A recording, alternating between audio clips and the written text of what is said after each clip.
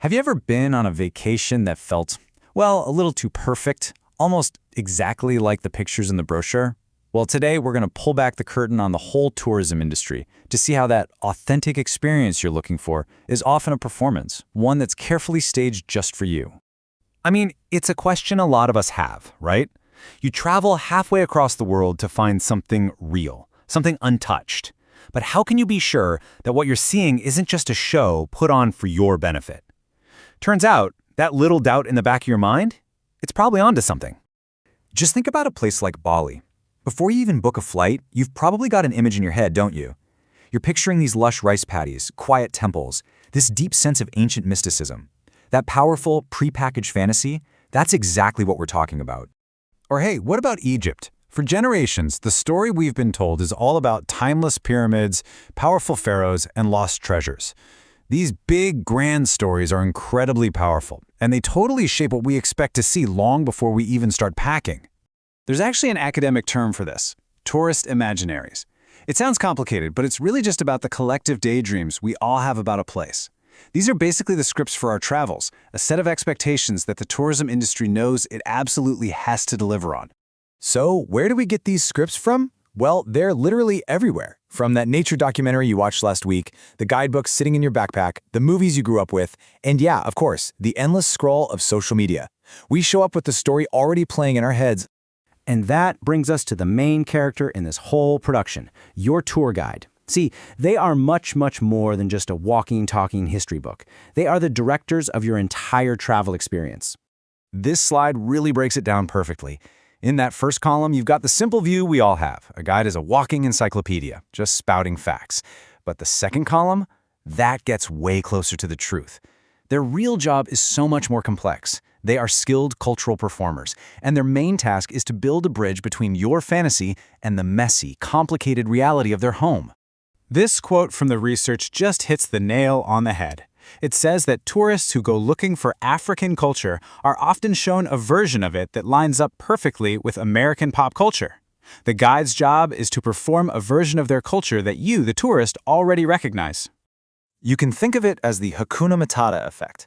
A Maasai dance performance might suddenly feature phrases from The Lion King, and you might wonder, why would they do that?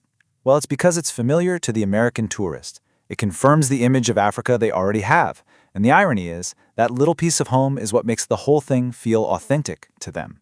Okay, so how do they actually do it? How do tour guides get so good at staging paradise for us? Let's take a look inside their toolkit. It turns out guides have a whole set of strategies. They'll translate something totally unfamiliar into terms you get. They'll play up the exotic stuff you came to see. They'll carefully hide anything that might break the illusion. And they'll use big, global stamps of approval to make the experience feel super legitimate.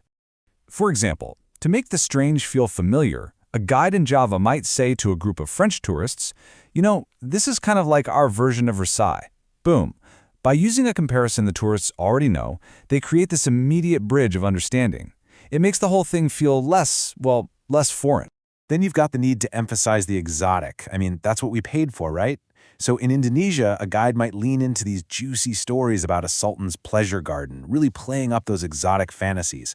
Or in Tanzania, they might focus on the imagined warrior skills of the Maasai. They're highlighting what's different and exciting. But here's the really crucial part. What gets left out? To keep up that fantasy of an unspoiled paradise, a guide in a Tanzania national park probably isn't going to mention that the local Maasai people were forcibly kicked off that exact land to create the park. Hiding that backstage reality is absolutely essential to the show. And this is where it gets really interesting, because the guide is often just the mouthpiece. A sociologist named Irvin Goffman gave us these 3 speaker roles. Your guide is the animator. They're the one physically making the sounds. But the author, the person who actually wrote the script, that could be a tour company or a guidebook. And the principal, the one whose beliefs are really being shared, that's the entire global tourism industry. So you have to wonder, what does all this performing and translating do to the guides themselves? This is where the story gets really fascinating, because they end up living in this unique space caught right between the local and the global. To really get this, we need a key concept: glocalization. Now, it's a two-way street. It can be something like McDonald's adding a local dish to its menu. But in tourism, it means tailoring local experiences to perfectly fit what a global audience expects to see. A really simple way to picture globalization is to imagine a huge chain like Starbucks opening in a new city. And then pretty soon, a local shop opens up that looks kind of similar, and it's called something like DeBucks. That's the local community responding to and playing with the global influence. Tour guides are doing this every single day with their own culture. And through all this constant interaction with people from all over, guides develop this deep sense of cosmopolitanism. And this isn't just about being well-traveled. It's a genuine openness to different ways of life and a real feeling of connection to the wider world. And here's the paradox, the wild part. Most of these guides in developing countries could never afford to travel the world. But they don't have to. The world comes to them every single day in the form of tourists from everywhere. They soak up global ideas, humor, and different viewpoints without ever leaving their hometown. This totally unique position puts them in what anthropologists call a liminal space. It basically means they're on a threshold. They're in between. They're not just a member of their local community anymore, but they're not a global citizen like a tourist either. They become this human bridge with one foot planted firmly in both worlds. So now that we've pulled back the curtain, what does all this mean for you, the traveler? How should this change the way we think about our own vacations? Maybe the biggest takeaway is this. Authenticity isn't some prize you find. It's not a hidden gem just waiting to be dug up. It's more like a really satisfying performance, a creative act that you, your guide, and the whole local community are all producing together. You're actually a collaborator in this show. And that leaves us with one last question to think about. The next time you pack your bags, ask yourself what you're really searching for. Is it some kind of objective, untouched truth?